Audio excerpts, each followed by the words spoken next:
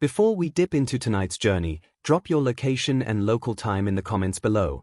I love picturing exactly where you're curled up while the Norse world unfolds around you. Now, dim the lights, maybe turn on a fan for that soft background hum, and let's ease into tonight's journey together. Section 1. You're standing on a rocky Norwegian shoreline sometime in the late 700s, and honestly, it's colder than you expected. Not dramatic blizzard cold. Just that persistent, bone-nudging chill that makes you understand why these people invented so many words for wool. The air smells like salt and wood smoke and something faintly fishy that you'll get used to, eventually, the way you get used to any smell that refuses to leave. You came here to understand how a scattering of farming and fishing communities along the fjords turned into the force that would rattle an entire continent. Because right now, nothing about this scene screams imminent world-shaking event. You see longhouses with turf roofs, smoke curling lazily upward, children chasing chickens with the kind of energy usually reserved for people who don't yet pay taxes. Somewhere nearby, a blacksmith hammers rhythmically, and you find yourself nodding along like it's a beat you could dance to. You could not, in fact, dance to it. Nobody could.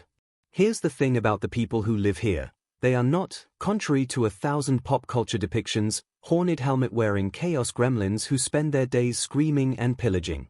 Mostly, they are farmers. Fishermen. Traders. Craftspeople who spend their winters carving intricate patterns into bone combs because apparently even in the 8th century, people needed hobbies to survive the dark months. Scandinavia at this point is a patchwork of small kingdoms and chiefdoms, loosely connected by kinship, trade, and the occasional blood feud that makes modern family drama look like a mild disagreement over Thanksgiving seating charts. So why does everything change? Population pressure plays a role. Fertile land in Scandinavia is limited, hemmed in by mountains, forests, and those famously indifferent fjords, and as families grow, land gets scarcer. Political consolidation matters too. Ambitious chieftains are starting to eye bigger prizes, and smaller landholders sometimes get squeezed out entirely. And then there's the technology piece, which we'll get into more next time you check in with these folks, because right now, boat builders along this coast are quietly perfecting something that will change the shape of European history. You'll want to remember this detail later, consider it planted, like a seed, or maybe like a mysterious plot device in a show that makes you go, oh, that's why that mattered 3 episodes later. Trade is already humming along quietly in the background of Scandinavian life. Amber, furs, walrus ivory, and iron move along networks stretching toward the Baltic and beyond, and these are not unsophisticated people fumbling in the dark. They know value. They know negotiation. They know, increasingly, the coastlines of neighboring lands, because sailors and merchants have been making these journeys for generations, quietly mapping tides, currents, and vulnerable little monasteries sitting suspiciously close to the water's edge. Historians still argue whether the earliest raids were opportunistic improvisation or the product of careful scouting and planning.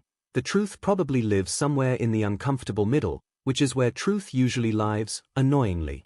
Let's talk religion for a moment, because it's about to become very relevant. This is a polytheistic world, rich with gods who feel less like distant untouchable deities and more like moody relatives you'd invite to dinner with some hesitation. Odin, one-eyed and endlessly curious, trades wisdom for sacrifice. Thor swings his hammer and generally handles the smashing things department. These aren't abstract philosophical concepts to the people living here, they are presence, protection, and occasionally excuse, since a bad harvest or a shipwreck can always be blamed on divine mood swings rather than, say, poor planning.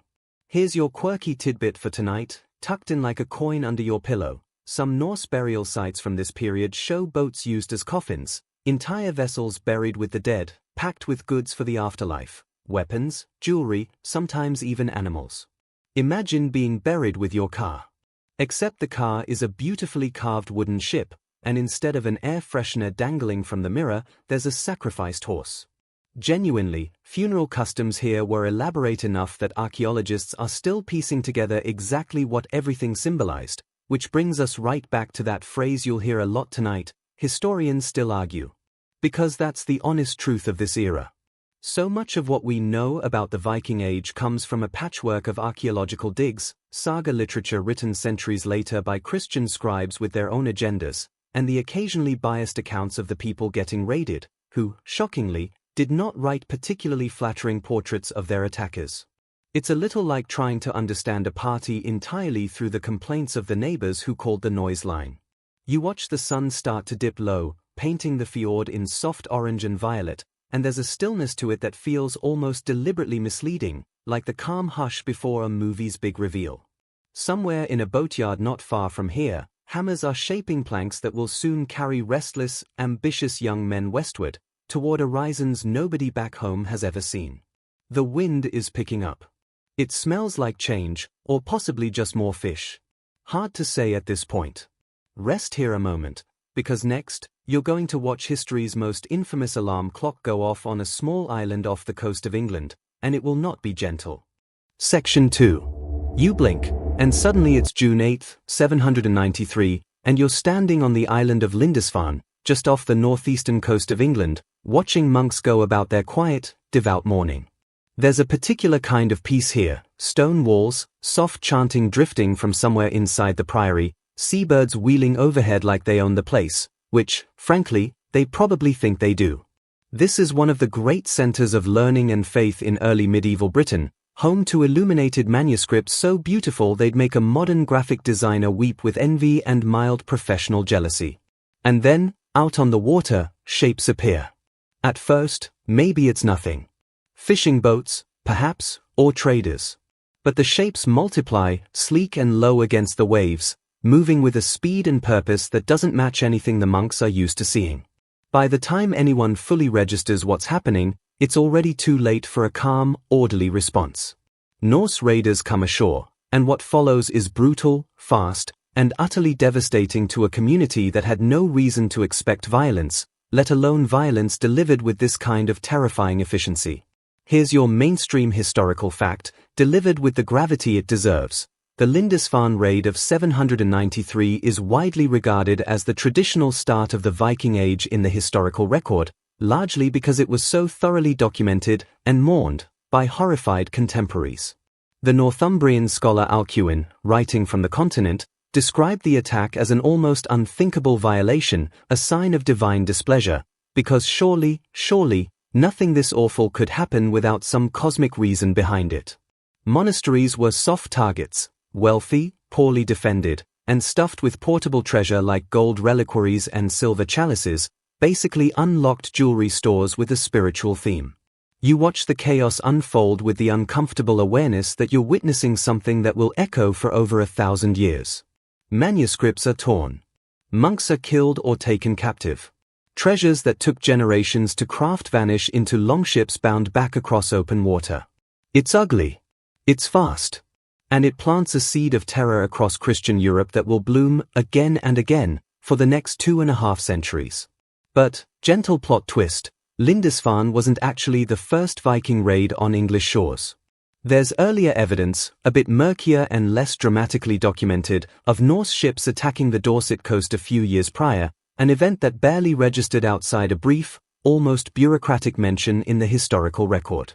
Lindisfarne became the symbolic starting gun mostly because of how loudly people screamed about it afterward, which, honestly, tracks with how a lot of firsts get decided throughout history. It's less about what happened first and more about who had the best PR team, and in this case, that PR team was a horrified Christian scholar with excellent handwriting and a flair for dramatic prose. Here's your quirky tidbit, tucked neatly beside the horror. Some of the raiders' ships were likely small, fast vessels perfectly designed for shallow coastal waters and quick getaways, essentially the getaway cars of the 8th century, except instead of screeching tires, you get the rhythmic slap of oars and the low creak of timber. These ships could land almost anywhere, strike, and vanish before any organized defense could be mustered. Imagine trying to set up neighborhood watch against an enemy who arrives, causes maximum chaos, and disappears back over the horizon before your coffee's even done brewing. There was number 9/11. There wasn't even really a 9. Maybe a very panicked one. Word of Lindisfarne spreads across Europe like the world's worst chain letter, and it does something crucial. It plants fear, but it also plants curiosity. Because for every horrified monk writing a letter about God's wrath, there's a chieftain back in Scandinavia hearing whispered reports of soft, undefended coastal wealth, and thinking, quietly. Interesting.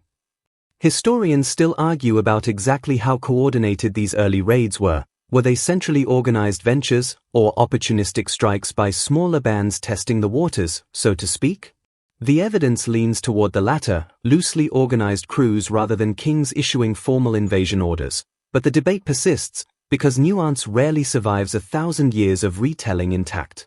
What Lindisfarne really represents, beyond the immediate tragedy, is a rupture. Before this, the idea of seaborne raiders striking a religious sanctuary was almost unthinkable to European Christians. Monasteries had functioned as safe, sacred, untouchable spaces for generations. After this, that illusion shatters completely, and it never fully reassembles. Coastal communities across Britain and the near continent start looking nervously at the horizon, and honestly, who could blame them? You watch the longships pull away from shore, low in the water now, heavy with plunder, oars dipping in that same steady, unhurried rhythm you first noticed back on that Norwegian coastline. There's something almost eerie about the efficiency, the practiced calm. This wasn't the raiders' first rodeo, technologically speaking, even if it was their first great headline. And that brings us to the real secret weapon behind everything you've just witnessed, not the warriors themselves, but the ships beneath them, engineering marvels quietly perfected in boatyards just like the one you glimpsed before. Let's go take a proper look at how those dragon-proud vessels actually worked, because trust me, it's more clever than big boat, sharp axes. Section 3. You're standing in a boatyard now, somewhere along the Norwegian coast, and the smell hits you first, fresh-cut oak, hot tar, and that faint tang of sweat that follows any job involving heavy lifting and stubborn wood. Shipwrights move around you with the calm confidence of people who've done this 1,000 times, shaping long, overlapping planks that curve outward like the ribs of some sleeping wooden animal. This is the birthplace of the longship, and honestly, it deserves way more credit than it gets in the popular imagination, which tends to fixate on axes and horned helmets that, as you already know, never actually existed. The technique you're watching is called clinker building, and it's genuinely clever.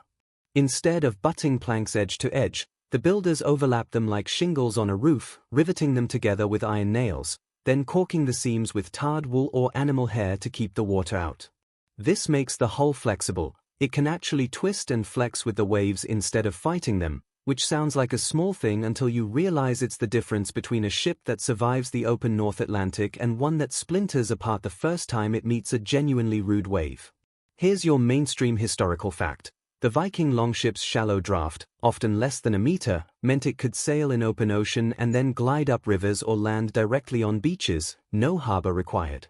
That versatility is the actual secret weapon of the entire Viking Age. Not brute strength, not surprise, but logistics. You could hit a target far inland, along a river system, in a way that no contemporary European power could easily defend against. Imagine your neighborhood being safe from home invasions except that criminals occasionally arrive via your bathtub. That's roughly the tactical nightmare medieval river towns were dealing with. The ships also had sails, which is a detail people often forget, picturing endless rows of oars like some grim Bronze Age gym class. Wool sails, dyed sometimes in bold reds or stripes, caught the wind and allowed for long-distance travel without exhausting the crew, while oars handled maneuvering in tight spaces or dead air. A well-built longship, powered by wind, could travel remarkably fast. Estimates suggest speeds up to 10 or more knots under good conditions, which for a wooden sailing vessel in the 8th century is genuinely impressive, like watching someone win a foot race in sandals against people wearing running shoes. Now, quirky tidbit time, because you've earned it. Shipbuilders sometimes buried entire ships with high-status individuals, as you glimpsed back at that fjord, and one of the best-preserved examples, the Osberg ship, was found containing not just a ship but sledges, textiles, and even a beautifully carved wooden cart, suggesting whoever was buried there was seriously important, possibly royal, and definitely not planning on traveling light in the afterlife. Archaeologists still debate exactly who the two women buried in that ship actually were. One theory suggests a queen and her servant, another suggests something closer to a powerful priestess and companion. Historians still argue whether burial goods like this reflect actual belief in a physical afterlife journey or something more symbolic, a display of earthly status meant for the living rather than the dead. You watch one shipwright fitting a rivet with the kind of unhurried precision that suggests he's been doing this since childhood, which, frankly, he probably has. Boat-building skills passed down through families, apprenticeships as much social as technical. There's a specific kind of pride here, the sense that these vessels aren't just transportation, they are status symbols, works of art, extensions of a family's or a chieftain's reputation. A dragon-headed prow wasn't just decoration, it was meant to intimidate, to signal wealth and power to anyone watching from shore, sort of like showing up to a party in a car that's a little too nice for the neighborhood, except this car also happens to be extremely good at raiding. Different ships serve different purposes, and this matters more than people realize. The sleek, narrow warships, like the famous Longships proper, were built for speed and shallow water incursions, while broader, deeper cargo vessels called Nos were the working trucks of the Viking world, hauling timber, livestock, and trade goods across longer, rougher ocean routes, including eventually all the way to Greenland and beyond, which we'll get to later, so tuck that away for now. The navigation involved is honestly staggering when you consider they had no compass, no GPS, none of the instruments modern sailors take for granted. Norse sailors relied on the sun, the stars, the behavior of birds, the color and temperature of the water, even the pattern of waves bouncing off distant, unseen landmasses. There's a persistent theory about a sunstone, a crystal that could locate the sun's position even under cloud cover through polarized light, and while the archaeological and experimental evidence is intriguing, it remains, appropriately, another point where historians still argue about how widely, if at all, such a tool was actually used. You run your hand along the curve of a nearly finished hull, feeling the subtle flex in the wood, and it strikes you that this quiet, patient craftsmanship in a chilly boatyard is really the true engine behind everything you've witnessed so far. Not fury, not chaos, but engineering. A ship built to bend rather than break, to slip into rivers uninvited, to cross oceans nobody back home had dared attempt. And once you understand the ship, you start to understand the people who built and sailed it a little differently too, which is a good thing, because next, you're headed to sit by a fire and listen to the stories these people told about their gods, stories that shaped everything from their courage to their sense of humor to their deeply pragmatic relationship with fate itself. Section 4.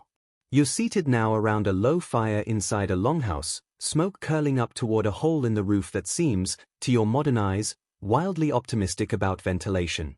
Someone's telling a story, voice low and rhythmic, and even though you don't speak Old Norse, something about the cadence pulls you in anyway. There's a universal quality to good storytelling, apparently, that transcends language, Wi-Fi, and 1,000 years.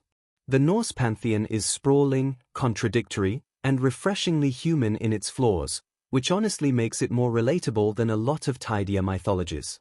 At the top sits Odin, the All-Father, a god obsessed with wisdom to the point of self-mutilation. He famously sacrificed one of his own eyes at Mimir's well just for a drink that granted deeper knowledge, and hung himself from the world tree Yggdrasil for 9 days and nights to gain the secret of the runes.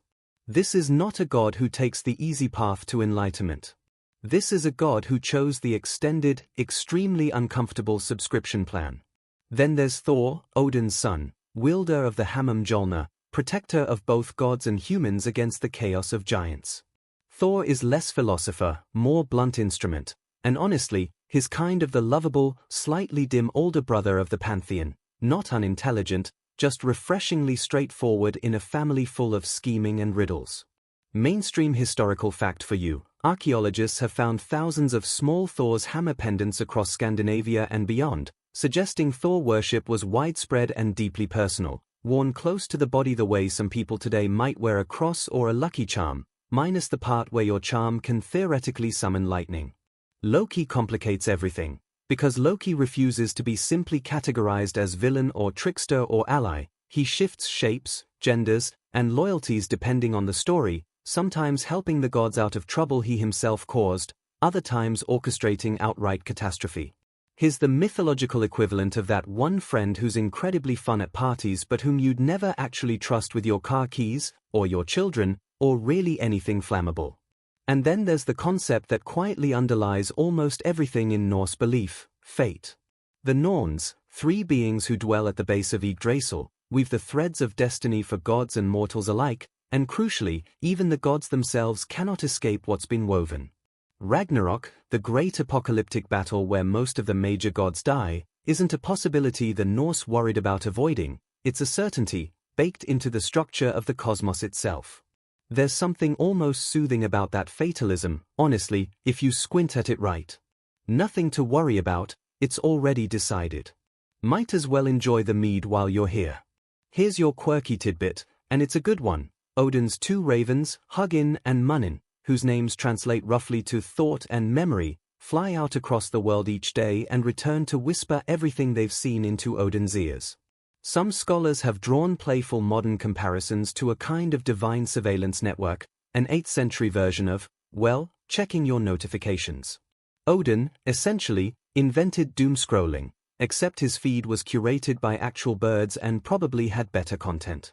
Norse cosmology imagines 9 interconnected worlds, all tangled together in the branches and roots of Yggdrasil, the great ash tree at the center of everything. There's Asgard, home of the major gods, Midgard, the human world you and I would recognize, Jotunheim, land of giants who are less evil monsters and more chaotic extended family members with boundary issues, and several others including realms of fire, ice, and the dead.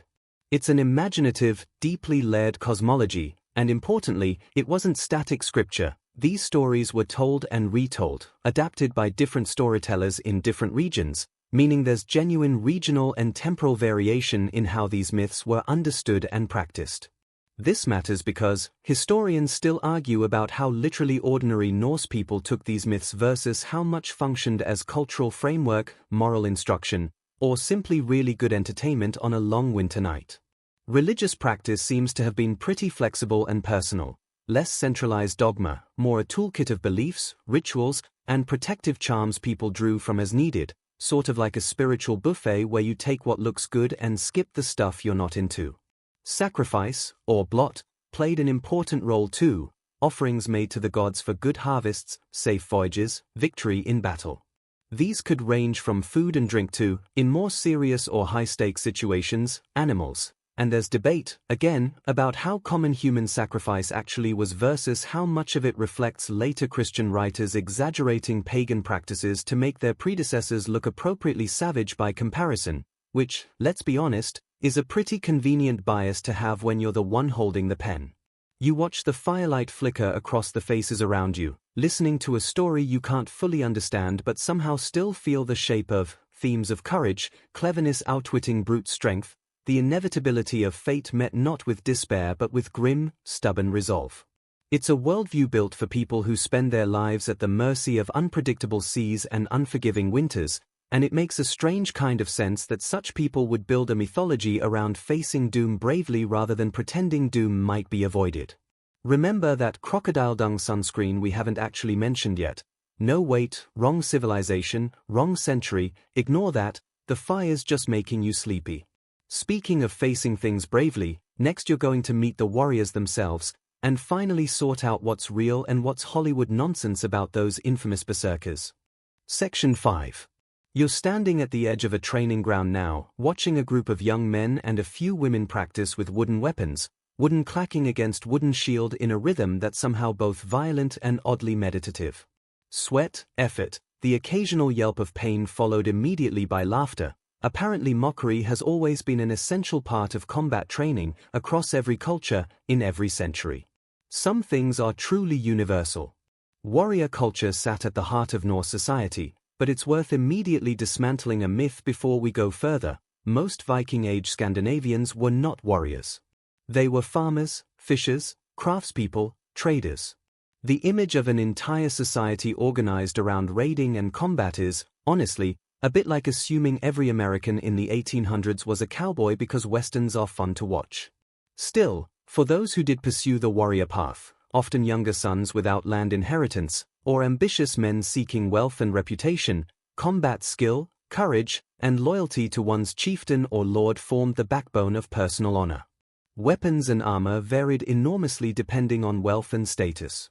Wealthier warriors might carry a sword, expensive, often imported or painstakingly forged with pattern-welded steel that created beautiful rippling patterns in the blade, while most fighters relied on spears, axes, and round wooden shields as their primary kit. Mainstream historical fact for you, Contrary to the horned helmet image burned into pop culture by 19th-century opera costume designers, actual archaeological evidence shows Viking Age helmets were simple, practical, rounded affairs, sometimes with a nose guard, and definitively, without decorative horns, which would have been wildly impractical in close combat, essentially handing your opponent a convenient handle. Now, let's talk about berserkers, because you've been waiting, and frankly so have I. The term comes from Old Norse, likely meaning bear shirt, referring to warriors who fought in a trance-like fury, supposedly impervious to pain, sometimes described as biting their shields or howling before battle. Saga literature paints them as terrifying, almost supernatural fighters who worked themselves into a frenzy before combat. The reality, as usual, is murkier and more interesting. Here's where historians still argue vigorously. Some scholars suggest berserker rage was a genuine ritualized combat state, possibly self-induced through intense psychological preparation, chanting, or physical exertion, not unlike how modern athletes work themselves into a competitive state before a big game, except with significantly higher stakes than a trophy. Other theories propose the use of psychoactive substances, with the fly agaric mushroom being a popular candidate, though the evidence for this remains genuinely contested rather than confirmed. Still others argue berserkers were largely a literary device, exaggerated or invented wholesale by saga writers centuries after the fact to make their ancestors sound appropriately terrifying, the medieval equivalent of your uncle's fishing story getting a little bigger every Thanksgiving. What we do know is that berserkers, whatever their exact nature, occupied a specific cultural role, often associated with elite warrior bands, sometimes serving as a chieftain's personal guard, their reputation alone functioning as a psychological weapon before a single blow was struck.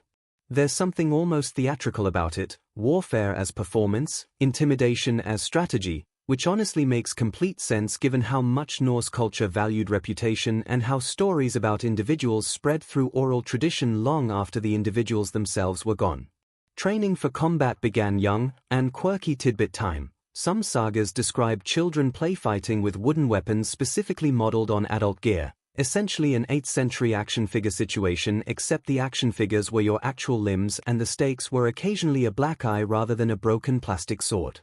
Physical fitness, wrestling, and swimming were all considered important skills, not purely combat adjacent but part of a broader cultural emphasis on physical capability, endurance, and toughness. Useful traits when your entire life involves manual labor in a punishing climate, frankly, whether or not you ever swing a sword in anger.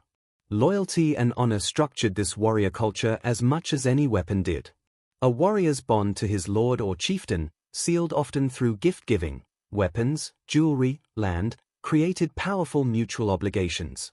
Abandoning your leader in battle was among the deepest disgraces imaginable, the kind of shame that followed a person's family reputation for generations, which, when you think about it, is a pretty effective incentive structure, considerably more binding than a modern employment contract with a 2-week notice clause.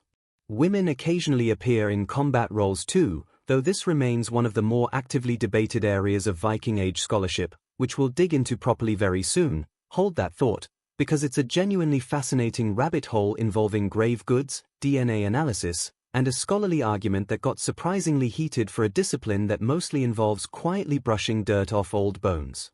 You watch two sparring partners finish their bout, breathing hard, grinning despite what will definitely be some impressive bruising tomorrow, and there's a camaraderie there that cuts through 1,000 years without much translation needed.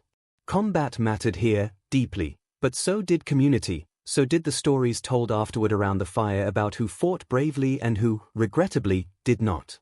Reputation was currency, arguably more valuable than the silver we're about to go see traded hand to hand across half the known world. But before we get to markets and merchants, let's finish untangling something you've been curious about since you first stepped into this world, the actual lives of the women who ran farms, raised families, and, it turns out, held a great deal more power than popular imagination tends to grant them. Section 6. You're inside a farmstead now, and it's immediately clear who's actually running things. A woman stands at the center of the yard directing a half-dozen tasks simultaneously: cheese-making, wool processing, someone repairing a fence, a child being sent to fetch water, with the calm, multitasking authority of someone who has clearly done this 1,000 times and will do it 1,000 more.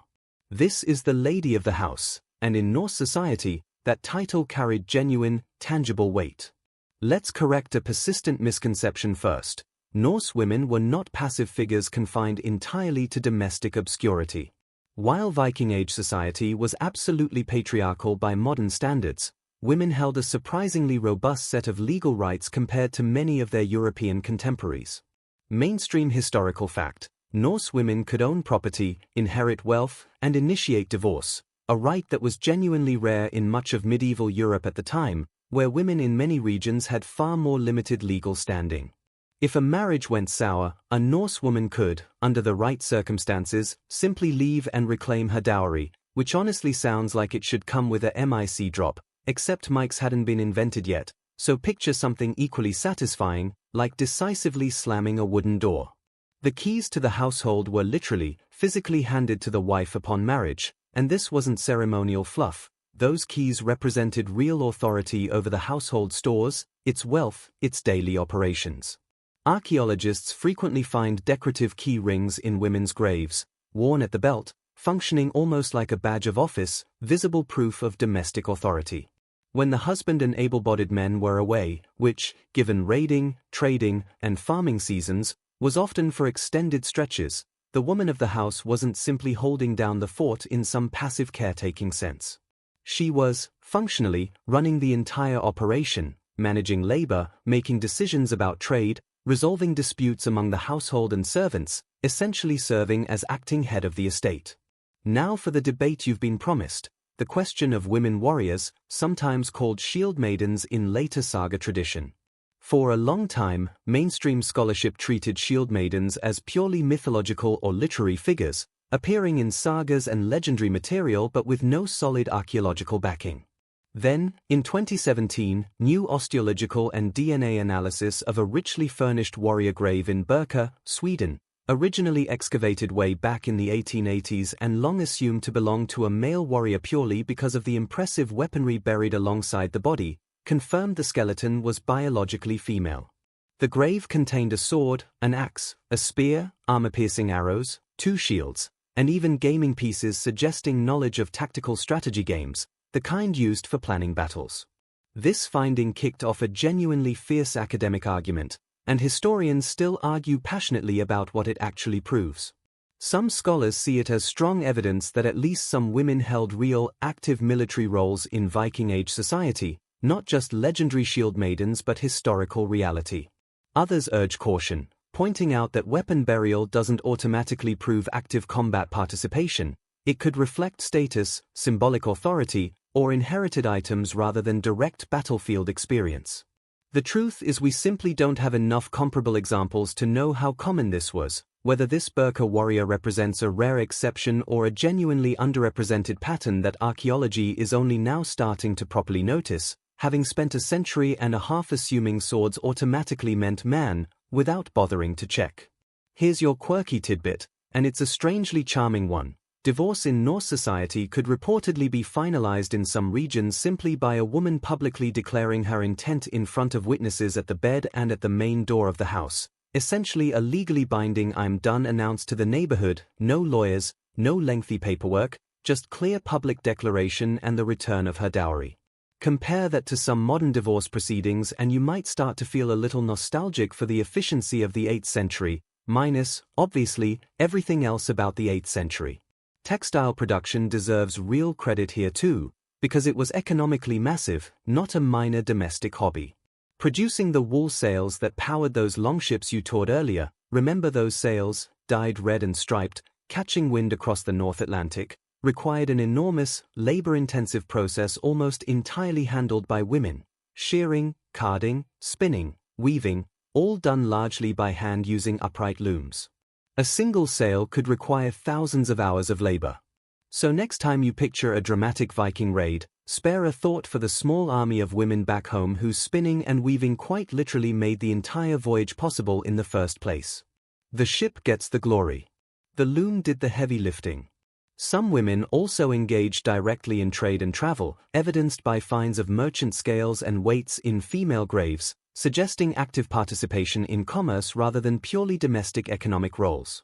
And there's evidence, too, of women serving important religious functions, as vola, or seeresses, performing divination rituals called seer that were taken seriously enough to be sought out by chieftains and even kings seeking guidance on major decisions, a position of genuine spiritual authority and social respect. You watch the woman in the yard finish issuing her instructions, then turn her attention to a ledger of sorts, tally marks tracking stores of grain and cheese for the coming winter, and there's an unmistakable competence in the gesture, the quiet authority of someone who knows exactly what she's responsible for and handles it without fuss or fanfare. It's a good reminder that history, left unexamined, tends to flatten its women into background scenery, when the actual record, once you look closely, tells a considerably richer and more complicated story. Speaking of complicated stories heading in unexpected directions, let's follow the men and their ships eastward now, down river systems deep into what's now Russia and Ukraine, toward a city so dazzling the Norse simply called it Miklagard, the Great City. Section 7. You're in a narrow river boat now, paddling alongside a crew of Norse traders and warriors known as the Russ, and the landscape around you has shifted entirely: dense forests, wide slow rivers, portage points where the crew has to physically haul the boat overland between waterways, grunting and sweating in a way that makes ocean sailing look almost relaxing by comparison. This is a completely different flavor of Viking Age adventure, less dramatic coastal raid, more grueling endurance expedition through the heart of what's now Russia and Ukraine. The term Russ is itself a bit of a historical puzzle, and mainstream historical fact time. Most scholars agree the name likely derives from an Old Norse term related to rowing, possibly connected to the Swedish coastal region of Roslagen, and these Scandinavian traders and settlers, moving along rivers like the Volga and the Dnieper, eventually gave their name to the vast territory that would become Russia. Yes, that Russia. The etymology traces back, at least in significant scholarly opinion, to Norse rowers navigating river systems in search of trade, tribute, and opportunity, which is a genuinely wild bit of linguistic legacy for what started as some guys in boats looking to make a profit. The journey itself was brutal and impressive in equal measure. Rivers weren't uniformly navigable. Rapids, particularly along the Dnieper, forced traders to drag their boats overland around dangerous stretches, sometimes while fending off attacks from local nomadic groups who, understandably, weren't thrilled about foreign traders hauling boats through their territory. This wasn't a quick jaunt. It was a months-long, multi-stage expedition requiring serious logistical planning, local alliances, and a tolerance for extended discomfort that honestly makes modern complaints about long-haul flights seem a little precious. What were they after? Furs, honey, wax, and, significantly, enslaved people, traded south toward the Islamic world and Byzantium in exchange for silver, silk, spices, and other luxury goods largely unavailable back home. It's important not to sanitize this part of the story. The Russ trade network was deeply intertwined with the slave trade, and this uncomfortable reality sits right alongside the more romantic image of intrepid river explorers. History rarely offers you a clean narrative, and this particular thread is a good reminder of that. Eventually, this river network leads to Constantinople, Miklagard, the great city, to Norse eyes practically a fantasy metropolis, the largest and wealthiest city most of these traders would ever see, with towering walls, glittering churches, and a level of urban sophistication that made even prosperous Scandinavian trading centers look modest by comparison. Imagine arriving somewhere so overwhelming it genuinely rearranges your sense of what's possible in a human settlement. That's roughly the effect Constantinople had on Norse visitors accustomed to longhouses and seasonal markets. Here's a detail that connects back nicely. The Byzantine emperors, recognizing serious martial talent when they saw it, eventually formed an elite bodyguard unit made up substantially of Norse and later broader Scandinavian and English warriors, the famous Varangian Guard. Serving in the Varangian Guard became a genuinely prestigious career path, well paid and respected, and some Norse warriors returned home after years of Byzantine service wealthy beyond their families' wildest expectations, essentially the Viking Age equivalent of striking it rich abroad and coming home to build the flashiest house in the village. Quirky tidbit, and this one's a personal favorite.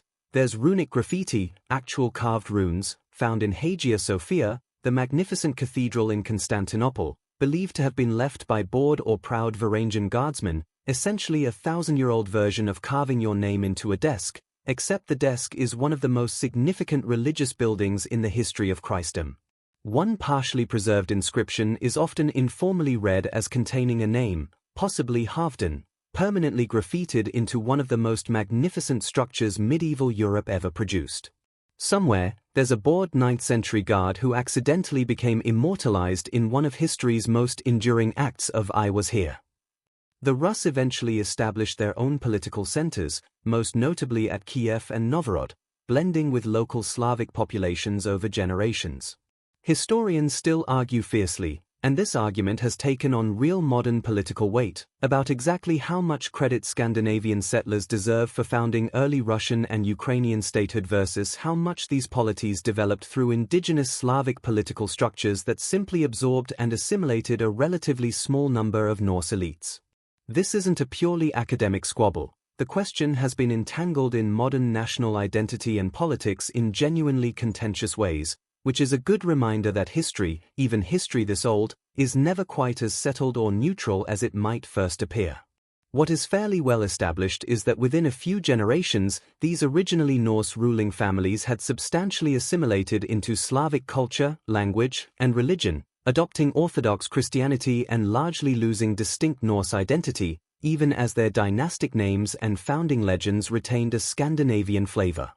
It's a striking pattern you'll see repeated elsewhere in this story, Norse settlers arriving with distinct language and customs, and within a handful of generations, being substantially absorbed into whatever larger culture they've settled among, sometimes leaving behind little more than place names, a few loanwords, and a founding legend or two. Remember Lindisfarne, that first shocking raid? What started as smash-and-grab violence is about to evolve into something far more permanent: actual settlement, actual kingdoms, actual Viking rule over a healthy chunk of England itself. You watch the trading boats unload at a bustling river port, goods changing hands amid a chaotic, multilingual din, Norse, Slavic languages, occasional Greek from more well-traveled merchants, and it's a vivid reminder that the Viking Age wasn't purely about raiding coastlines. It was about connection, about threading a trade network stretching from the Arctic Circle to the heart of the Islamic world, silver flowing north, furs flowing south, and a genuinely cosmopolitan flow of goods, ideas, and people cutting straight through the middle of medieval Eurasia. Let's head back west now, though, because there's unfinished business on English shores. Section 8. You're standing in northern England now, and the scene looks different from that horrified monastery you visited back in 793. Decades have passed. What began as opportunistic coastal raids has evolved, gradually and then suddenly, into something far more ambitious: sustained invasion, conquest, and settlement.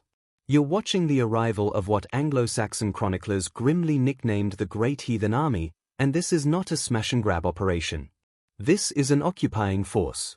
Mainstream historical fact for you. In 865, a large, coordinated Norse force landed in East Anglia, and rather than raiding and retreating as earlier bands had done, this army stayed, campaigning across multiple Anglo-Saxon kingdoms over several years, eventually conquering Northumbria, East Anglia, and large parts of Mercia.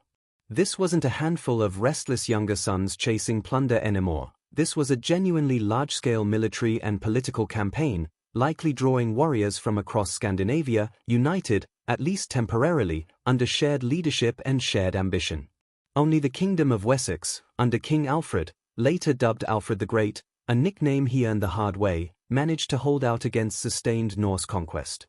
Alfred's resistance became legendary, including a rough winter spent hiding out in the marshes of Somerset after a surprise attack nearly toppled his kingdom entirely, regrouping in genuinely desperate circumstances before rallying his forces for a decisive victory at the Battle of Edington in 878.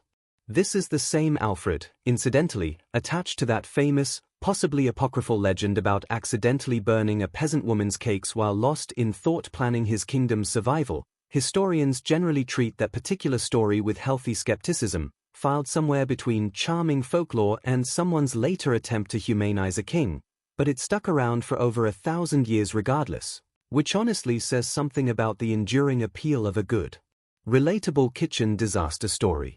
The resulting settlement created something genuinely new: the Danelaw, a substantial region of northern and eastern England where Norse law, customs, and increasingly, Norse settlers themselves, held real and lasting authority, existing alongside, and eventually blending with, Anglo-Saxon populations. This wasn't simple military occupation, it became genuine, multi-generational settlement. Norse farmers, craftspeople, and traders moved in alongside the warriors, and place names across this region still carry the fingerprints of that settlement today. Towns ending in by, like Whitby or Derby, come directly from the Old Norse word for farmstead or settlement. If you've ever driven through northern England noticing an unusual number of towns ending in by or thorp, now you know why. You're literally driving through linguistic fossils of the Viking Age, hiding in plain sight on road signs nobody stops to think twice about.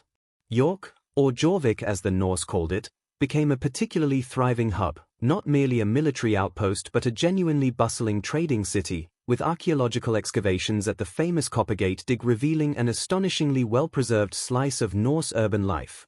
Leather workshops, combs, jewelry, imported goods from as far away as the Byzantine world and the Islamic caliphates, evidence of a genuinely cosmopolitan, commercially sophisticated settlement rather than some grim military camp.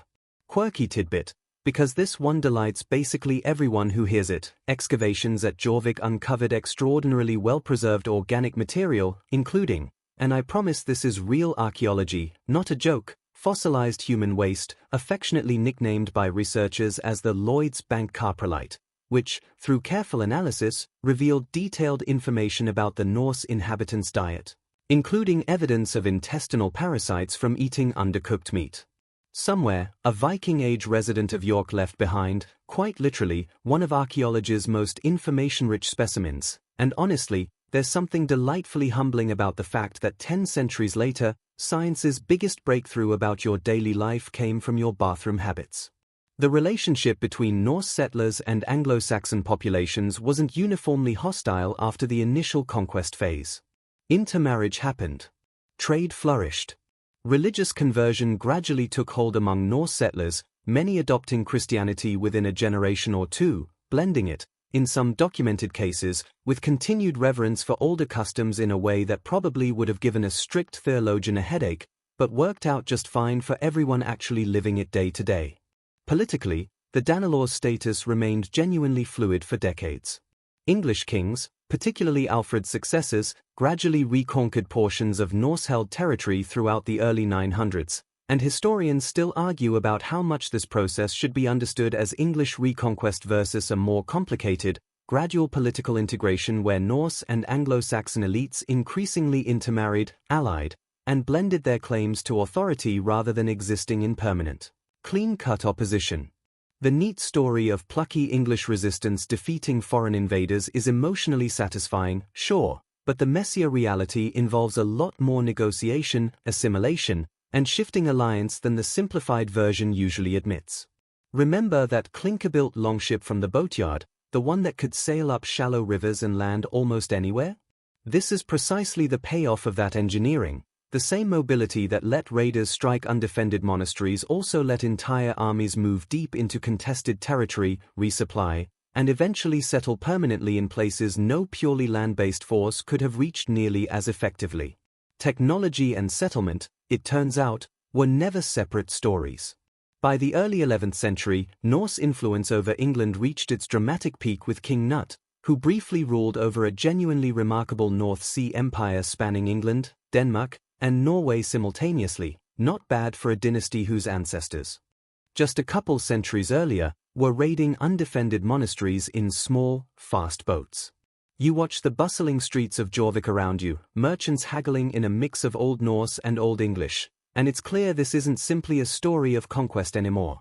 It's a story of two cultures gradually, sometimes reluctantly, becoming genuinely intertwined. But England wasn't the only frontier calling to restless Norse sailors. Let's turn west now, out across open, empty ocean, toward an island nobody had ever successfully settled before, Iceland, waiting alone in the North Atlantic mist. Section 9. You on the deck of a now, that broader, sturdier cargo vessel you first heard about back in the boatyard, and there's nothing around you but grey ocean and greyer sky, stretching in every direction with an emptiness that feels almost aggressive in its total lack of landmarks. This is the North Atlantic crossing toward Iceland, And it's a genuinely different kind of undertaking than raiding the English coast, less about violence, more about sheer, stubborn endurance against an ocean that does not care one bit about your travel plans. Mainstream historical fact: Norse settlement of Iceland began in earnest during the 870s, traditionally credited to a chieftain named Ingolfur Arnason, who according to saga tradition threw his high seat pillars, symbolically important carved wooden posts, overboard as he approached the island, vowing to settle wherever the gods let them wash ashore, eventually founding what became Reykjavik. Whether this specific story happened exactly as described is, predictably, debated, but the broader pattern of chieftains and free farmers fleeing political consolidation back in Norway, some sources suggest resentment toward increasingly centralized royal power under kings like Harald Fairhair, rings true across multiple lines of evidence. Iceland, crucially, was uninhabited by any permanent human population when Norse settlers arrived, aside from a small number of Irish monks who, according to later accounts, had been using the island for solitary religious retreat and promptly left once the Norse showed up, presumably concluding that their quiet spiritual getaway had just gotten significantly less quiet. This makes Iceland a genuinely unique case in the Viking Age story, not conquest, not gradual assimilation into an existing population, but settlement of essentially empty land, a society built entirely from scratch by people who'd deliberately chosen to leave established hierarchies behind. What emerges is genuinely remarkable. Iceland developed one of the earliest and most sophisticated representative governing assemblies in medieval Europe, the Althing, established around 930, where free landowners gathered annually at a dramatic rift valley called Ingvellir to settle disputes, pass laws, and conduct essentially the entire society's civic business in one enormous, open-air, multi-day gathering. There was no king. Power rested with local chieftains called Gore, who held both religious and political authority, but crucially, ordinary free farmers weren't simply subjects, they had genuine legal standing, could switch allegiance between chieftains, and participated directly in a functioning, if occasionally chaotic, legal system. Here's your quirky tidbit, and it's a wonderfully practical one. Because Iceland had no written legal code for its first several decades, an official called the law speaker was tasked with memoizing the entire body of law and reciting the whole thing aloud, from memory, over the course of the Althing gathering, 1/3 each year across a 3-year cycle, essentially functioning as a living legal database in an era before anyone had thought to write it all down properly. Imagine your entire country's legal system depending on one very stressed individual having an excellent memory and a strong voice, with genuinely serious consequences if he forgot something important. Talk about pressure, there's no "please hold while I look that up" option when the entire assembly is waiting on you mid-recitation. Farming in Iceland proved genuinely difficult, and this becomes an important thread running through the whole Icelandic story. The island's climate, while milder than you might expect thanks to the Gulf Stream, is still harsh, volcanic soil unpredictable, growing seasons short. Settlers cleared substantial portions of the island's original birch woodland for farmland and fuel, and this deforestation, combined with soil erosion in volcanic terrain never especially forgiving to begin with, created long-term environmental challenges that some scholars argue Icelandic society is, in certain regions, still contending with today. It's a sobering reminder that Viking Age settlement, for all its adventurous glamour, came with real ecological costs that outlasted the settlers themselves by many centuries. Iceland's isolation also preserved something genuinely priceless for modern historians: the sagas. Written down starting in the 1200s, several generations after the events they describe, these prose narratives recount the lives, feuds, journeys, and legal disputes of Iceland's early settlers in vivid, often surprisingly novelistic detail. Historians still argue, extensively, about how much saga literature should be trusted as historical record versus how much represents literary embellishment, oral tradition reshaped over generations, or outright invention serving later political or family interests. The honest answer is probably varying amounts, depending entirely on which saga and which specific detail you're examining, which is a deeply unsatisfying answer but also the correct one. Religious life in Iceland followed an intriguingly pragmatic path toward Christian conversion. Rather than violent religious conflict, Iceland's conversion around the year 1000 was reportedly settled through legal and political negotiation at the Althing itself, with the law speaker at the time, after reportedly lying under a cloak in contemplation for a full day, a detail that's honestly a fantastic mental image. Ultimately deciding the country would formally adopt Christianity while allowing continued private practice of some older customs for a transitional period.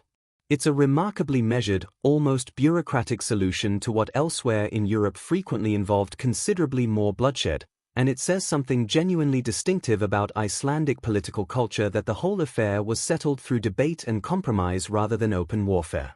You stand at the edge of that dramatic Rift Valley now, watching farmers, chieftains, and their households gathering for another season of lawmaking, feasting, and dispute resolution, and there's a real sense of a society consciously, deliberately building itself in real time, learning as it goes, adapting to genuinely brutal conditions with remarkable ingenuity. But Iceland, it turns out, wasn't the final frontier for Norse expansion westward. There's a man here with a fierce reputation and an even fiercer temper, recently exiled for manslaughter, eyeing the horizon with the restless look of someone who's just heard rumors of land even further west, and honestly, given what you already know about how these stories tend to unfold, you can probably guess where this is headed. Section 10. You're back on open water, and this time the destination is even more uncertain, a landmass glimpsed, according to saga tradition, by earlier sailors blown off course, never properly explored, existing mostly as rumor and possibility. Your companion for this leg of the journey is Erik Thorvaldsson, better known to history by his considerably more memorable nickname, Erik the Red, exiled from Iceland for a stretch of years after a series of killings that, even by the fairly permissive standards of Norse honor culture, were considered a bit much. Mainstream historical fact. Around 985, Erik the Red led an expedition to explore and settle this new land, and upon finding it, made one of history's most audaciously optimistic marketing decisions. He named it Greenland. This is, to put it gently, an act of extraordinary branding, because the land in question was substantially icier and less hospitable than the name suggests, and historians generally agree this wasn't naive misunderstanding on Erik's part but deliberate strategy, an attempt to make the place sound appealing enough to attract fellow settlers back in Iceland. Essentially the Viking Age equivalent of a real estate listing describing a cramped apartment as cozy and conveniently omitting the mold. Here's the thing, though, it worked, at least partially. Erik returned to Iceland, recruited settlers, and led a fleet of around 25 ships back toward Greenland, though only about 14 actually completed the crossing, the rest lost or turned back by the brutal North Atlantic conditions, a sobering reminder that this entire venture operated on genuinely thin margins of survival. Those who made it established two main settlement areas, cleverly if unimaginatively named the Eastern Settlement and Western Settlement, eventually growing to a population that may have reached several thousand people at its peak, spread across scattered farmsteads working a genuinely narrow, marginal strip of fertile coastal land wedged between the ice sheet and the sea. Greenlandic Norse society developed its own distinct character, adapted specifically to genuinely harsh, marginal conditions. Farming focused heavily on livestock, cattle, sheep, goats, supplemented substantially by hunting, particularly seals, and crucially, by trade in walrus ivory, which became remarkably valuable back in mainland Europe as elephant ivory grew scarce and expensive through complicated Mediterranean trade disruptions. For a while, Greenland functioned as a genuinely important supplier in a luxury goods network stretching all the way to cathedral workshops and royal courts across Europe, which is a wild thing to consider given how remote and marginal the settlement itself actually was, essentially a tiny, isolated outpost quietly supplying decorative material for continental European elites who likely had no real concept of how genuinely precarious the source of their fancy ivory carvings actually was. Quirky tidbit for you, and it's a genuinely eerie one. Archaeological excavations of Greenlandic Norse farms have uncovered evidence suggesting that toward the settlement's later, harder years, livestock bones show signs of desperate measures, cattle apparently kept alive through brutal winters by feeding them seaweed and even, in some analyzed cases, by feeding surviving animals the bones and remains of other livestock that hadn't made it. A grim, resourceful adaptation to an environment that offered increasingly little margin for error as centuries wore on. And this brings us to one of Viking Age history's genuine, still unresolved mysteries. The Greenland settlements, having persisted for roughly 400 to 500 years, eventually vanished entirely sometime in the 1400s, and historians still argue, with real intensity, about exactly why. Climate change is a major factor almost everyone agrees on. The onset of a cooling period, sometimes called the Little Ice Age, made an already marginal agricultural situation substantially worse, shortening growing seasons and likely reducing hay yields critical for overwintering livestock. But climate alone probably doesn't explain everything. Some scholars point to declining trade connections with Norway and Iceland, disrupted partly by the Black Death's devastating impact on Scandinavian populations and shipping networks. Others emphasize increased competition and conflict with Thule Inuit populations expanding into the same coastal regions the Norse depended on. Still others suggest cultural rigidity, an unwillingness among Norse Greenlanders to adopt Inuit hunting and survival technologies that were, by most measures, considerably better adapted to the actual environment they were all living in. This last theory carries a particularly sharp lesson wrapped inside it. The Norse largely maintained European-style farming and hunting practices even as conditions deteriorated, rather than adapting more fully toward the successful, proven survival strategies of Inuit communities living successfully in genuinely similar or harsher conditions nearby. Whether this reflects cultural pride, religious identity tied closely to a European agricultural lifestyle, simple stubbornness, or some combination of all three remains, appropriately, another point where the debate continues without full resolution. It's a genuinely humbling historical case study in how cultural identity can sometimes work directly against pure survival logic, something that honestly feels uncomfortably relevant well beyond just this one specific medieval settlement.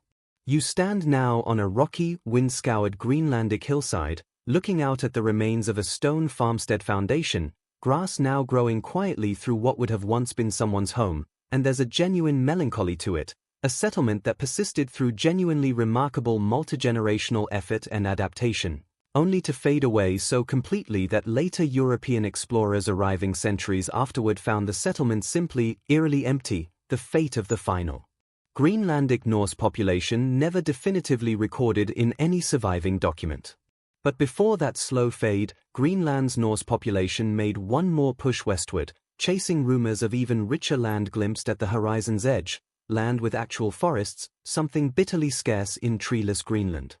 Land that would eventually place Norse boots on North American soil roughly 5 centuries before a certain Genos explorer gets credit for discovering the continent in most popular retellings. Let's go take a look, because this next stop is a genuinely quiet, almost anticlimactic footnote to one of history's biggest what-ifs. Section 11. You're standing on a windswept, grassy coastline now, and there's something quietly historic happening around you, even though it looks, honestly, almost unremarkable, a small cluster of sod-roofed buildings, a handful of people going about ordinary daily tasks, boat repair, small-scale ironworking, nothing that screams monumental turning point in world history. But this is Lance Auxiliary Meadows, on the northern tip of Newfoundland, and you are witnessing, right now, the first confirmed European presence in North America, roughly 500 years before Columbus's ships would ever leave a Spanish harbor. Mainstream historical fact, and it's a genuinely important one to get straight. Archaeological excavation of this site in the 1960s, led by Norwegian explorer Helge Ingstad and archaeologist and Stein Ingstad, confirmed genuine Norse presence through excavated building foundations matching Icelandic and Greenlandic construction styles, iron rivets, a stone oil lamp, and a bronze cloak pin, physical, undeniable evidence rather than saga speculation. This wasn't legend. This was archaeology doing exactly what archaeology is supposed to do, confirming, with hard physical evidence, a story that had previously existed only in centuries-old saga literature. Saga tradition attributes the initial European sighting of this land to Bjarni Herjolfsson, who reportedly spotted unfamiliar coastline while blown off course sailing toward Greenland but, in a decision that honestly baffles most modern readers, chose not to actually land and investigate, sailing on toward his original destination instead. Imagine accidentally discovering an entire unknown continent and just continuing your commute. Bjarni gets a genuinely rough deal in the history books for this, remembered less as brave discoverer and more as guy who saw something amazing and just kept driving. Credit for actually exploring and attempting settlement typically goes to Leif Erikson, son of Eric the Red, yes, that Eric the Red, so apparently ambition ran generously in this particular family. According to saga accounts, Leif purchased Bjarni's ship, retraced the route, and made landfall at several locations he named based on their most notable features, including a place called Vinland, likely referring either to wild grapes or possibly wild berries found growing there, another point of ongoing scholarly disagreement, because apparently even naming conventions from 1,000 years ago can't escape academic argument. Here's where it gets genuinely interesting rather than just historically notable. Lance Auxiliary Meadows appears to have functioned less as a permanent settlement and more as a base camp, a gateway outpost used for exploring and gathering resources, particularly timber, which, as you'll remember, was in seriously short supply back in treeless Greenland, from lands further south. Evidence suggests it was occupied only for a relatively short period, perhaps a decade or somewhat more, rather than developing into the kind of long-term, multi-generational settlement Iceland or even Greenland managed to sustain. So why didn't it last? Saga accounts describe conflict with indigenous peoples the Norse called skraelings, a term whose precise meaning and tone remains debated but generally understood as somewhat derogatory, referring likely to indigenous groups the Norse encountered, possibly ancestors of Bealthuk, Mikmak, or Dorset populations depending on the specific region and timing being described. These encounters, according to saga tradition, began with cautious trade but escalated into violence, and combined with the sheer, brutal logistical challenge of supplying and defending a settlement this distant from Greenland, already itself a marginal, difficult-to-supply outpost, ultimately made permanent settlement impractical. Historians still argue about how much weight to put on the specific violent episodes described in sagas versus broader structural challenges like distance, small population size, and lack of adequate reinforcement, but the basic outcome is clear regardless of the precise cause. This westward expansion simply couldn't sustain itself. Quirky tidbit, and it's a genuinely fun one for anyone who loves a good "wait, really?" moment. Saga accounts describe a woman named Freydis Eriksdotter, another child of Eric the Red, participating in Vinland expeditions, and in one particularly dramatic account, she's described defending herself during a skraeling attack by baring her chest and striking it with a sword while shouting a challenge. An action that reportedly startled attackers into retreating. Whether this specific, wonderfully dramatic detail reflects real events or saga embellishment is, predictably, debated, but it's a fantastic reminder that Norse women's roles in even the most far-flung expeditions weren't purely passive, circling back nicely to that whole shield maiden question you were left chewing on earlier. The genuinely fascinating thing about Vinland, in the bigger picture, is how quietly it fades from the historical record. There's no triumphant, world-changing narrative here, no lasting colonial empire, just a brief, difficult foothold eventually abandoned, its exact memory blurring over subsequent centuries into something closer to legend even among the Norse themselves, until 20th century archaeology dragged it firmly back into confirmed historical fact. It's genuinely one of history's great almost moments. Norse Greenlanders had, technically, reached North America 5 centuries before Columbus, but lacked the population, resources, and logistical support to turn that contact into anything resembling lasting colonization, meaning the broader collision between European and American civilizations would wait another 500 years to properly, catastrophically begin. You watch a Norse craftsman here repairing ship fittings with quiet, practiced efficiency, working with an easy confidence that gives no indication he's part of one of history's genuinely great footnotes, a settlement destined to be abandoned and largely forgotten for the better part of a millennium. There's something almost poignant about that ordinariness. Honestly, world historic significance rarely announces itself with fanfare in the moment it's actually happening. Let's head back east now, though, back toward the beating economic heart of the Viking world, because raiding and settlement were never really the whole story here. Underneath everything you've seen so far runs an absolutely enormous, sophisticated trade network, and it's time you properly saw it in action. Section 12. You're standing in the middle of a bustling trading town now, somewhere like Hedeby, in what's now northern Germany, or perhaps Berserker, back in Sweden, take your pick, because honestly the sensory chaos is remarkably similar at either location. Stalls packed close together, the air thick with competing smells of leather, fish, wood smoke, and unwashed crowds, merchants shouting in a genuinely dizzying mix of languages, and an almost overwhelming density of goods changing hands in every direction you look. Let's establish the mainstream historical fact clearly here, because it genuinely reshapes how you should picture the entire Viking Age. This was a society embedded in one of the most extensive trade networks medieval Europe had ever seen, stretching from the Arctic Circle down through Russia's river systems, as you already witnessed, all the way to Constantinople and the Islamic Abbasid Caliphate centered in Baghdad. Silver was the great connective tissue of this network, and archaeologists have uncovered enormous hoards of Islamic silver dirhams, hundreds of thousands of individual coins, in aggregate, buried across Scandinavia, physical proof of trade connections spanning literally thousands of miles, long before anyone had maps that could properly represent that kind of distance. The economy operated substantially on a weight-based silver standard rather than standardized minted currency for much of this period, meaning merchants carried small folding scales and sets of weights, actually cutting and weighing silver, including foreign coins, jewelry, ingots, whatever silver was available, to determine fair value in any given transaction. This is where the term hack silver comes from, silver items literally hacked into smaller pieces to make exact change, which is a genuinely practical if slightly alarming-sounding solution to the age-old problem of not having small bills. Picture trying to buy a coffee and the barista just chopping a piece off a silver bracelet to give you correct change. Efficient, certainly. A little unsettling to modern retail sensibilities, also certainly.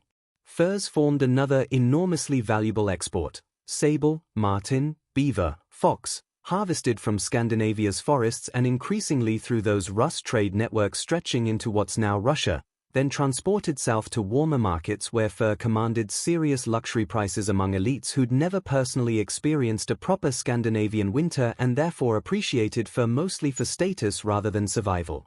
Walrus ivory, as you already learned from that Greenlandic outpost, filled a similar luxury niche, prized by European craftsmen carving religious and decorative objects for wealthy patrons. Here's your quirky tidbit, genuinely one of the more delightful specific artifacts to come out of Viking Age archaeology, a small bronze Buddha statuette, almost certainly originating from the Indian subcontinent, was discovered at Helgö, an important Swedish trading site, having apparently traveled an almost unimaginably long trade route, likely through Central Asian and Middle Eastern intermediary markets, to end up buried in a Scandinavian trading post centuries before anyone in the region had any organized concept of Buddhism whatsoever. It's a wonderfully concrete reminder that global trade connections, however slow and indirect by modern standards, absolutely existed well before anyone imagined a genuinely global medieval world, moving objects across distances that would have seemed almost mythical to the people actually handling them at either end of that impossibly long supply chain. Slavery, uncomfortably, remained a significant and undeniable component of this trade economy throughout the period, and it deserves honest acknowledgement rather than polite omission.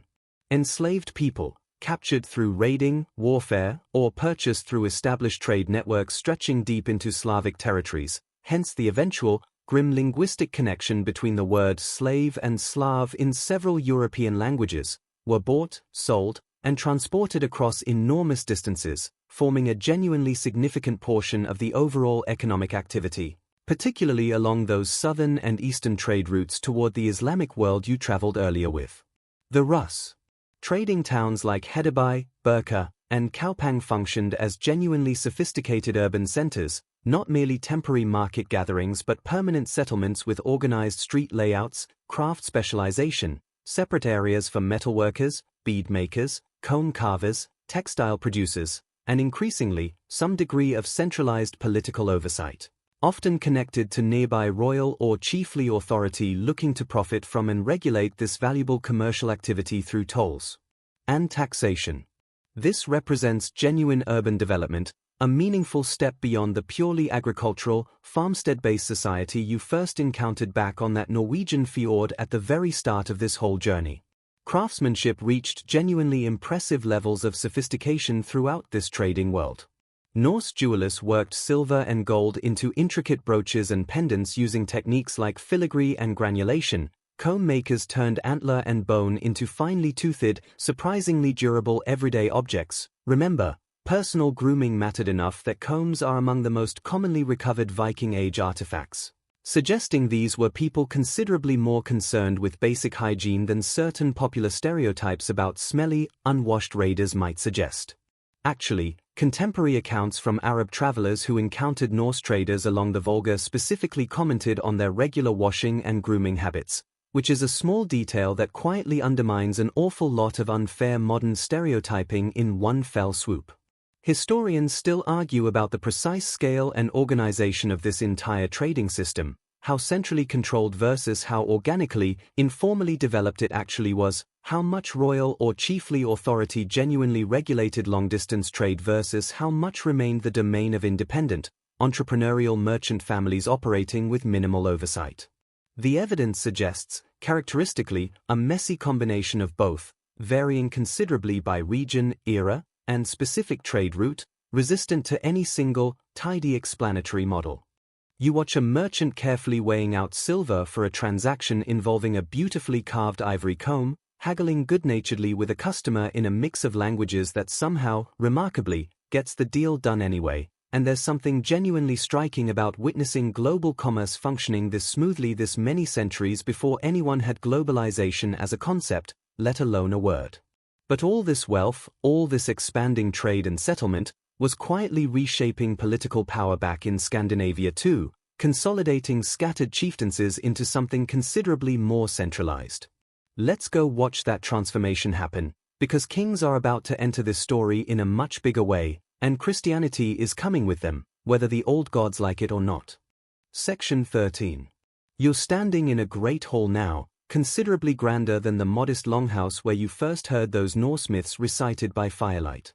This belongs to a king, an actual, increasingly powerful king, not merely a regional chieftain, and the shift in scale tells you something important about how much has changed across the roughly 2 centuries this whole journey has spanned so far.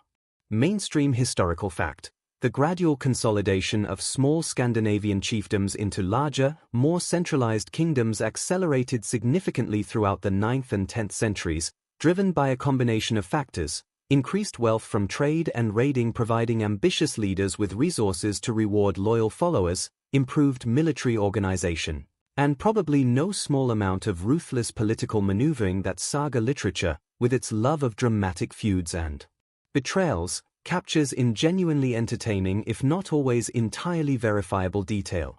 Harald Fairhair, traditionally credited with unifying Norway around the late 800s, stands as an early, semi-legendary example, though historians still argue about how complete and immediate his actual unification really was versus how much later saga tradition retroactively simplified a considerably messier, more gradual, multi-generational process into one tidy, heroic founding narrative.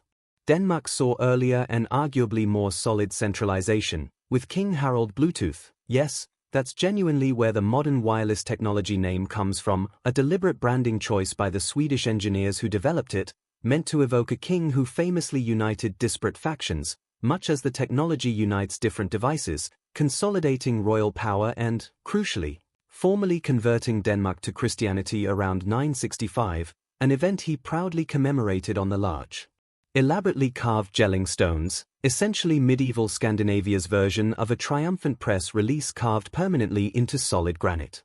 This brings us to the genuinely significant, gradual shift from the Old Norse religious world you spent time absorbing earlier, around that first fireside, toward Christianity. Conversion wasn't a single dramatic event but rather a messy, extended, multi-generational process, unfolding differently across different Scandinavian kingdoms and, as you already witnessed, quite distinctively in Iceland's remarkably measured legal compromise at the Althing. Kings frequently led conversion efforts from the top down, recognizing genuine political advantages, alliance and legitimacy with increasingly powerful Christian neighbors across Europe, access to literate clergy capable of administrative record-keeping, and a unifying religious framework that helped consolidate royal authority in ways the older, more decentralized, locally variable pagan practices simply couldn't match quite as effectively. This doesn't mean conversion was universally peaceful or uncontested. Norway's King Olaf Tryggvason and later Olaf Haraldsson, the latter eventually canonized as Saint Olaf, are both remembered in saga tradition for genuinely aggressive, sometimes forcibly coercive conversion campaigns, destroying pagan temples and reportedly torturing or executing holdouts who refused to abandon the old gods.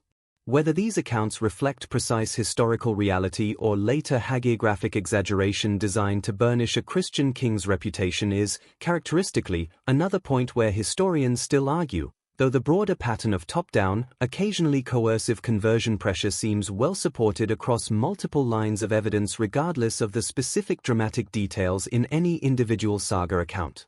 Quirky tidbit, and it's a genuinely charming example of religious hedge betting. Archaeologists have found several so-called dual-faith objects from this transitional period, including small pendant molds capable of casting either a cross or a Thor's hammer from the exact same mold, apparently allowing craftsmen to serve customers across the entire spectrum of religious commitment without needing to maintain two completely separate production lines. It's a wonderfully practical, entirely unglamorous solution to genuinely turbulent religious transition, treating personal faith with the same pragmatic flexibility you might apply to, say, keeping both regular and decaf coffee on hand for houseguests with different preferences. Royal power increasingly relied on more formal administrative structures too, appointed regional officials, more systematic taxation, and crucially, growing literacy through the Latin alphabet, introduced alongside Christianity, gradually supplementing the older runic writing system that had previously been used mostly for shorter memorial inscriptions and practical labels rather than extended administrative or literary documents. This shift toward literacy is actually enormously significant for you, the modern observer, because it's precisely this transition that eventually enables the kind of extended written saga literature, like those Icelandic sagas you encountered earlier, that preserves so much of what we know, or think we know, about the earlier, less thoroughly documented parts of this entire journey. Sweden's political consolidation followed a somewhat slower, more regionally fragmented path compared to Denmark and Norway, with pagan religious practices, centered notably around the significant temple complex at Uppsala, persisting in some form longer than in the other Scandinavian kingdoms, adding yet another layer to the genuinely uneven, non-simultaneous nature of this broader religious and political transformation across the wider Norse world.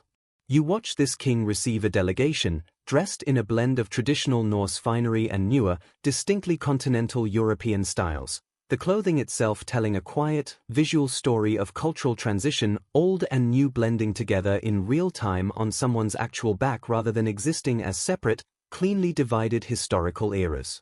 There's a genuine sense here of a world in transition, old structures bending, not always gracefully, toward new ones, ahead, and they were about to collide, quite literally, with the beginning of the end for this entire era, on a battlefield in northern England that most people, if they remember Viking history at all, have probably never even heard of. Much like those flexible clinker-built ship hulls you admired all the way back in that Norwegian boatyard, bending under pressure rather than snapping outright. But even as Scandinavian kingdoms consolidated and Christianized, the Viking Age's most dramatic military chapters were still. Section 14. You're standing on a battlefield now, near a place called Stamford Bridge in northern England, September of 1066, and there's a tension in the air that feels different from anything you've witnessed so far on this journey, less the opportunistic raid of Lindisfarne, less the patient settlement of the Danelaw, and much more the feeling of an era visibly, palpably reaching its dramatic, blood-soaked climax. Mainstream historical fact, and this one carries enormous historical weight. King Harald Hardrada of Norway, one of the last great Viking Age warrior kings, invaded England alongside Tostig Godwinson, the exiled brother of England's newly crowned King Harold Godwinson, hoping to press a claim on the English throne.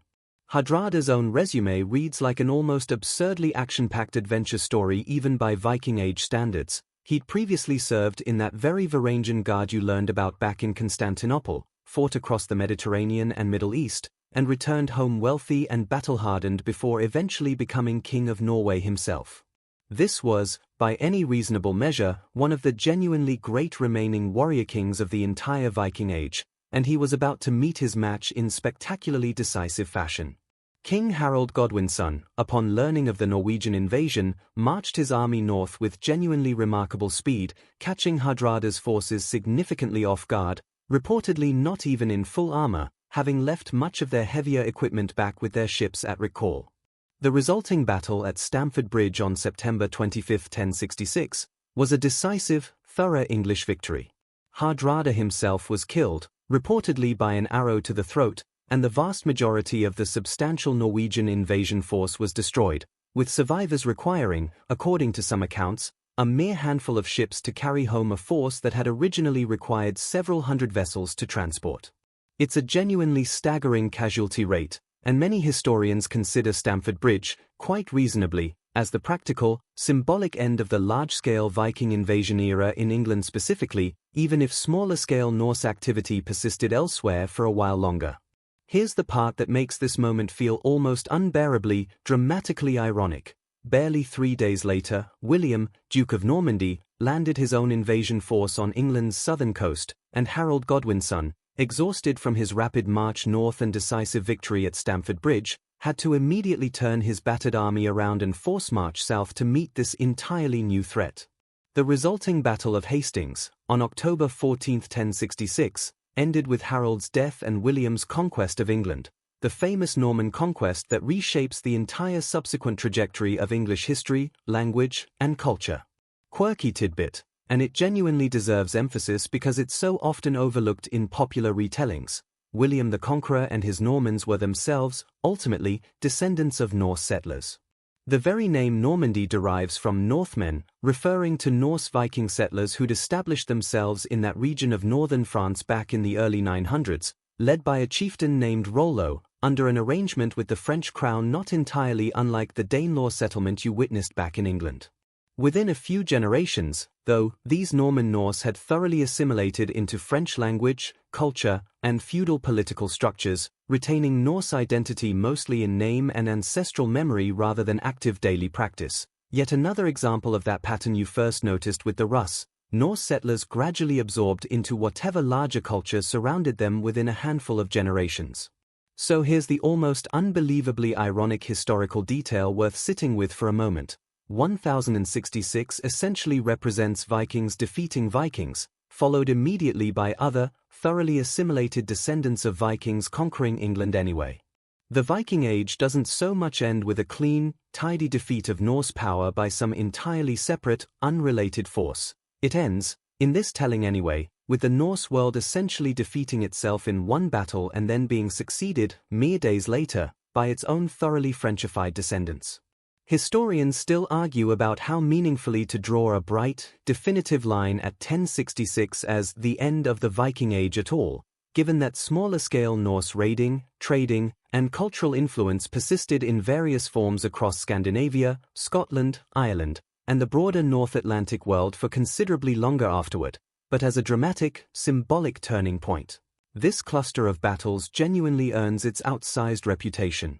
There's something worth remembering here too, connecting back to that whole thread about Norse kings consolidating power and converting to Christianity.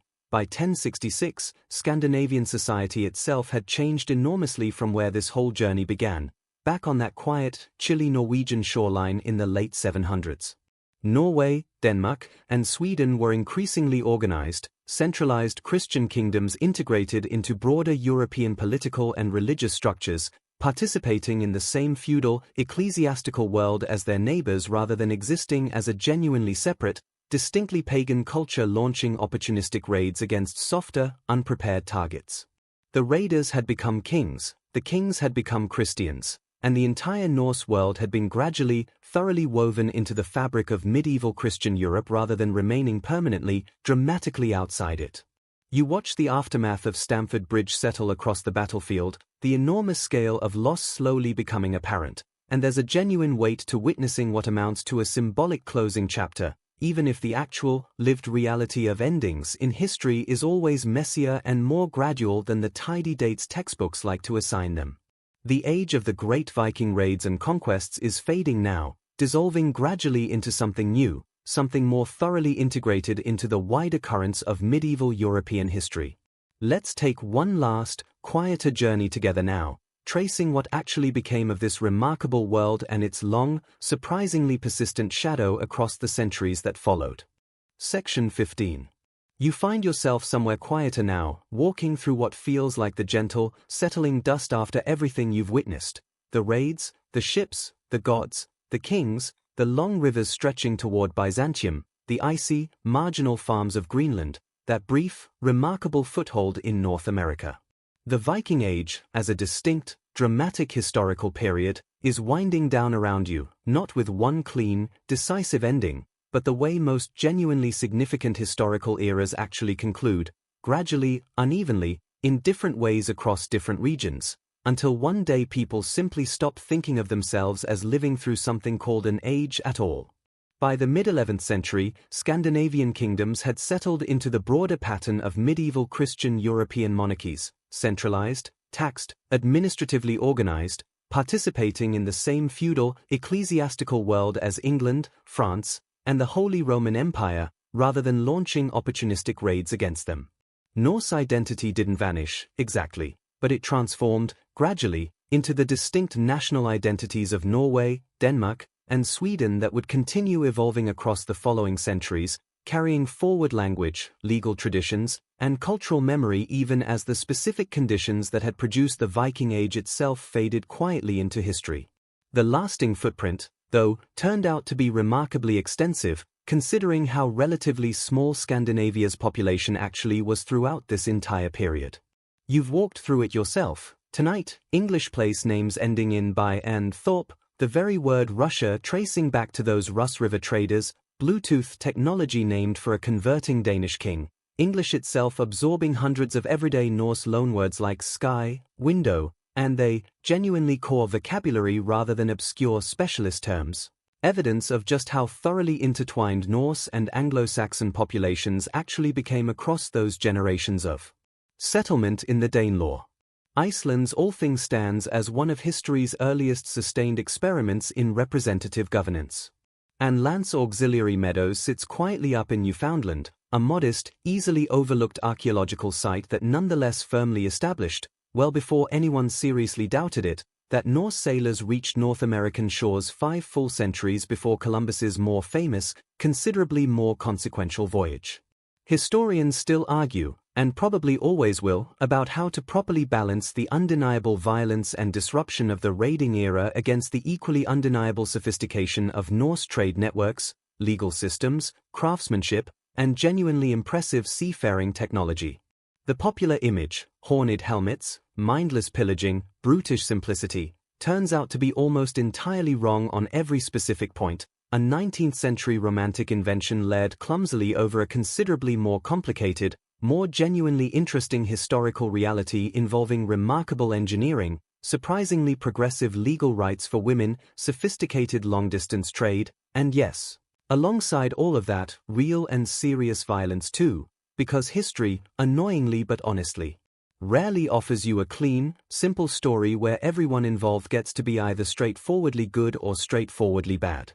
You think back now, one more time, to that boat builder you watched fitting rivets into a curved oak hull, all the way back at the very beginning of tonight's journey, patient and unhurried, with no possible way of knowing that the vessel taking shape under his hands would eventually help carry raiders, traders, and settlers across an almost unimaginably vast stretch of the medieval world, from Newfoundland's windswept coastline all the way to the glittering gates of Constantinople, from the icy, marginal farms of Greenland down through Russia's winding river systems toward the wealth of the Islamic world. One technology, patiently, humbly perfected in quiet coastal boatyards, ended up rewriting the map of medieval history in ways that boat builder could never have imagined, sitting there with his tools in the cold evening air. And maybe that's the quiet, gentle truth worth carrying with you as tonight's journey settles now toward its close, that history's biggest, most sweeping changes so often begin in genuinely small, unremarkable places. A boatyard. A fireside story about ravens and fate. A woman with a set of household keys at her belt, quietly managing an entire farm's fortunes. None of it looked, in the moment, like the beginning of something that would still be remembered, discussed, and gently unpacked 1,000 years later, on a quiet night, by someone very much like you, listening in the dark. The wind is easing now, the way it always does eventually, even after the longest, roughest crossing. The fires you've sat beside tonight are burning low, embers settling into soft, comfortable orange, the kind of glow that asks nothing more of you than to simply watch it for a while. The ships have found their harbors. The rivers have carried their traders safely home. The old gods, and the new ones that gradually joined them, have settled into their long, patient rest, the way old stories do when they've finally been told enough times to feel complete. You can let your eyes close now, if they haven't already, drifting gently on the same quiet currents that carried longships across grey northern waters so many centuries ago. There's nothing more you need to hold on to tonight. No dates, no names, nothing to remember or recite. Just the soft, steady hum of a world settling into sleep, the way it has every single night, for longer than anyone can properly count. Rest now. The story will still be here, waiting patiently, whenever you're ready to wake and wander back into it. Sleep well.